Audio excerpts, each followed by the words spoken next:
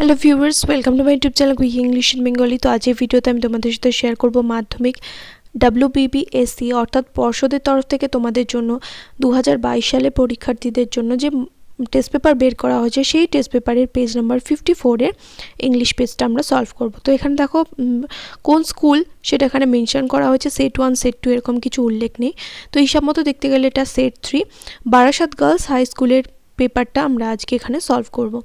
তো সেকশন এতে কি রয়েছে দেখো, সেকশন এতে বলেছে রিডিং কম্প্রিহেনশন সিন, একের দাগে বলেছে read the passage carefully and answer the questions that follow. অর্থাৎ এখানে প্যাসেজটাকে ভালো করে পড়তে হবে এবং নিচের প্রশ্নগুলোর উত্তর দিতে হবে। তো প্যাসেজটা দেখেই বুঝতে পারছো আওয়ার ডায়নামিক গাইড থেকে নেওয়া হয়েছে।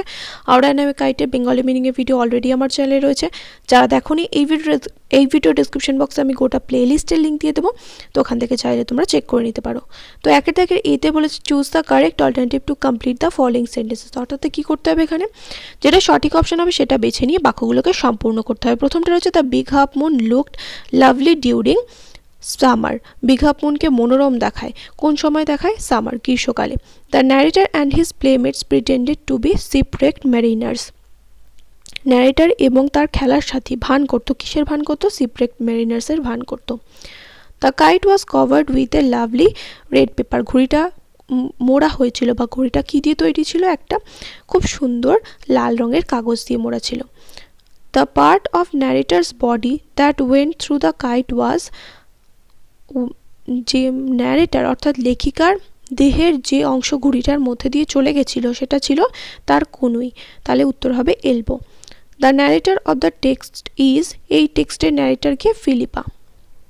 তারপর বিয়ে থেকে বলেছে complete the following sentences with information from the text. অর্থাৎ টেক্সট থেকে ইনফরমেশন বা তথ্য নিয়ে এই যে এখানে রয়েছে এগুলো feel in the blanks, complete the following sentences, এখানে যেগুলো বলেছে সেগুলো পূরণ করতে হবে। তো প্রথমটা রয়েছে the name of the lighthouse was. লাইট হাউসটার নাম কি ছিল সেটা লিখতে হবে।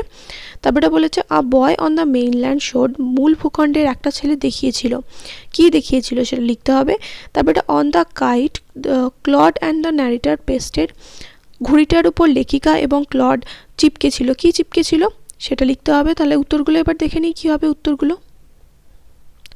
তাহলে প্রথমটা বলেছে the name of the lighthouse was, তাহলে লাইট হাউসটার নাম কী ছিল? Big Half moon.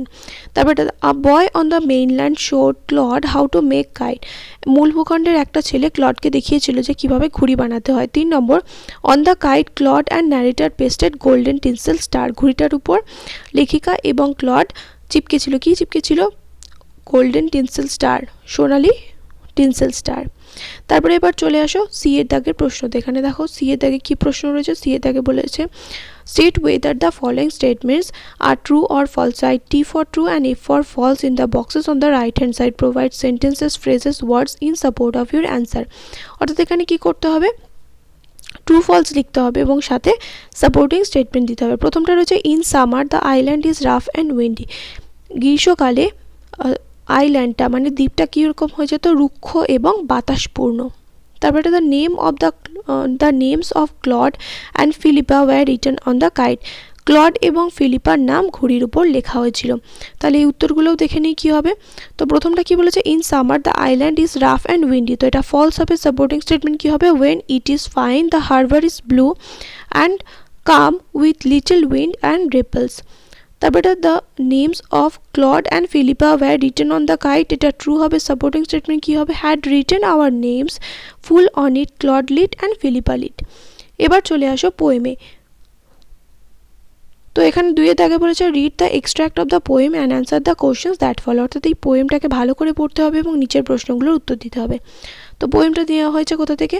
My own true family থেকে। মাই ওন ট্রু ফ্যামিলি তো বেঙ্গলি মিনিংয়ের ভিডিও অলরেডি আমার চ্যানেলে রয়েছেই, যারা দেখোনি অবশ্যই করে চেক করে নিও। তো 2 দাগের এতে বলেছে choose the correct alternative to complete the following sentences. অর্থাৎ কী করতে হবে? যেটা সঠিক অপশান হবে সেটা বেছে নিয়ে বাক্যটাকে সম্পূর্ণ করতে হবে। The dream ব্রট the poet in a, dream মানে হচ্ছে স্বপ্ন, the ব্রট in the poet A change, পরিবর্তন, মানে এই স্বপ্নটা কবির মধ্যে কী এনেছিল? একটা পরিবর্তন এনেছিল। The oak trees wanted the poet make a promise.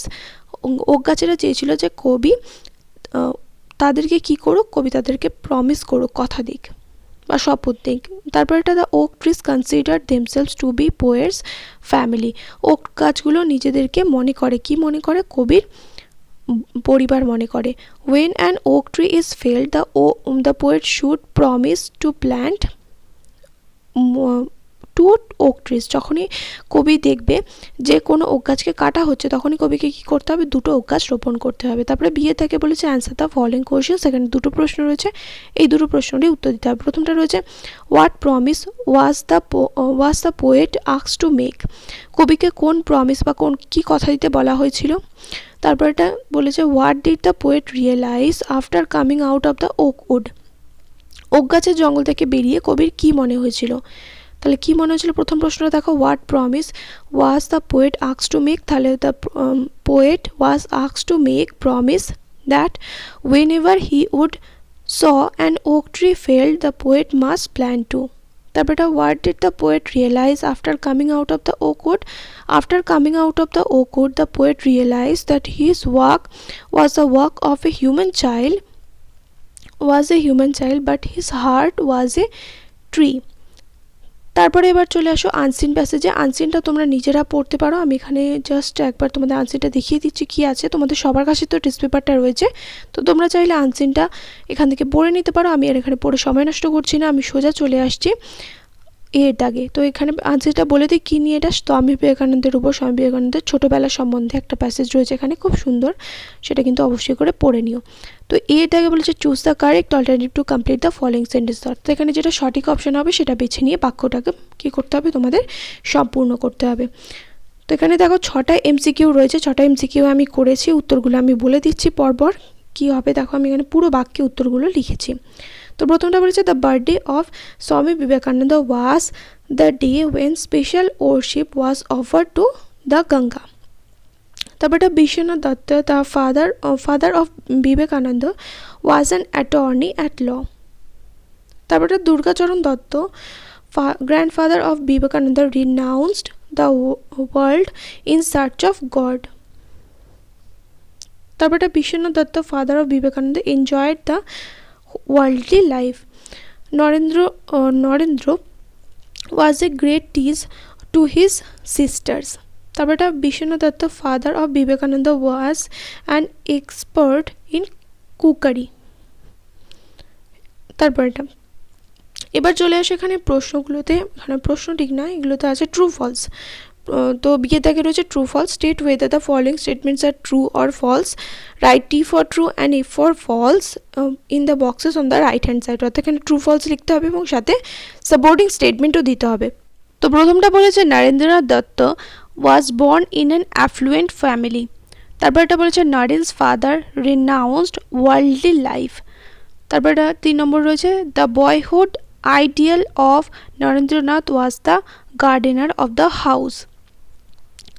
তাহলে এখানে দেখো উত্তরগুলো আমি এখানে লিখেছি, প্রত্যেকটার উত্তর লিখেছি। Narendranath Dutta was born in an effluent family, একটা অভিজাত পরিবারে জন্মগ্রহণ করেছিল নরেন্দ্রনাথ দত্ত। তো এটা ট্রু হবে। সাপোর্টিং স্টেটমেন্ট কি, the Dutta family of Kolkata into which Narendranath had been born was well known for its affluence.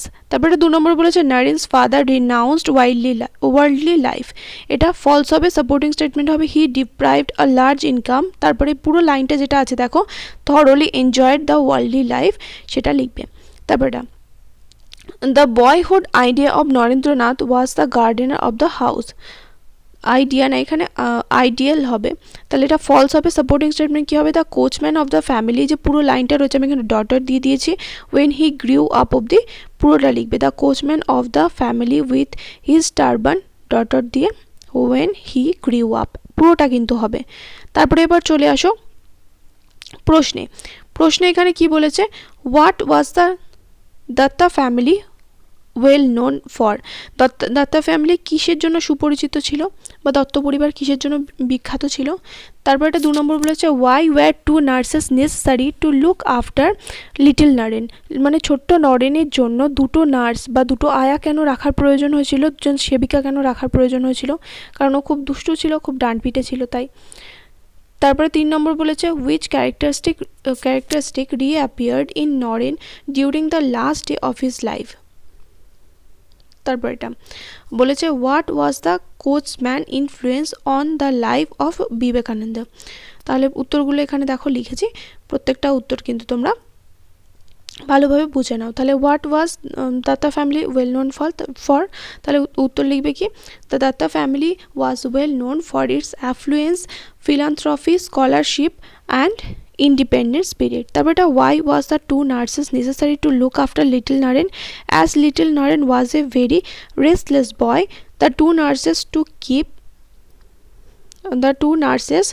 were necessary, এখানে were necessary টা লেখা হয়নি, তো তোমরা এখানে অ্যাড করে নেবে were necessary, এটা কিন্তু যোগ করে দেবে এখানে, two nurses were necessary to keep his exuberant energy. তারপর 3 নম্বর বলেছে which characteristic reappeared in Naren during the last day of his life. Naren's love for birds and animals was the characteristic reappeared in Naren during the last days of his life.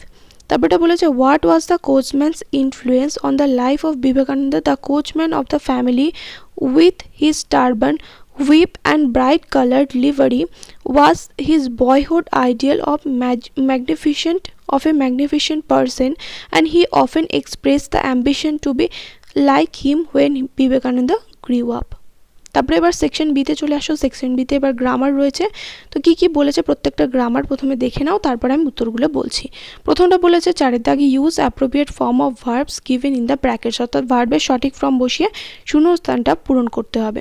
তারপরে 5 দাগের এতে বলেছে feel in the blanks with appropriate articles and prepositions, উপযুক্ত article এবং preposition দিয়ে ছকগুলো মানে ছক না ঠিক এগুলো শূন্যস্থানগুলো পূরণ করতে হবে।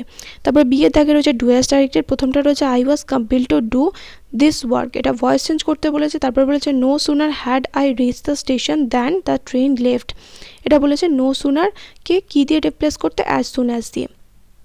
তারপর এটা everybody has hard the name of Rabindranath Tagore, এটাকে বলেছে ইন্টারোগেটিভ সেন্টেন্সে নিয়ে যেতে, change into an interrogative sentence. তারপরে সি এর দাগে রয়েছে ফ্রেজাল ভার্ব, দেখো রয়েছে এখানে বোল্ড করা রয়েছে কনসিডার্ড, অ্যাফেক্টস আর হাইড।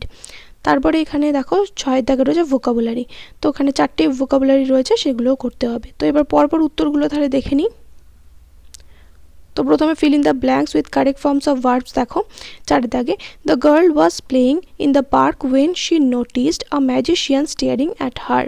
তারপরে 5 দাগের এতে বলেছে dash vigour and the joy of a children, তাহলে the vigor and the joy of the children, their chants and songs filled the air with a spirit of delight when I drank every day that I was there.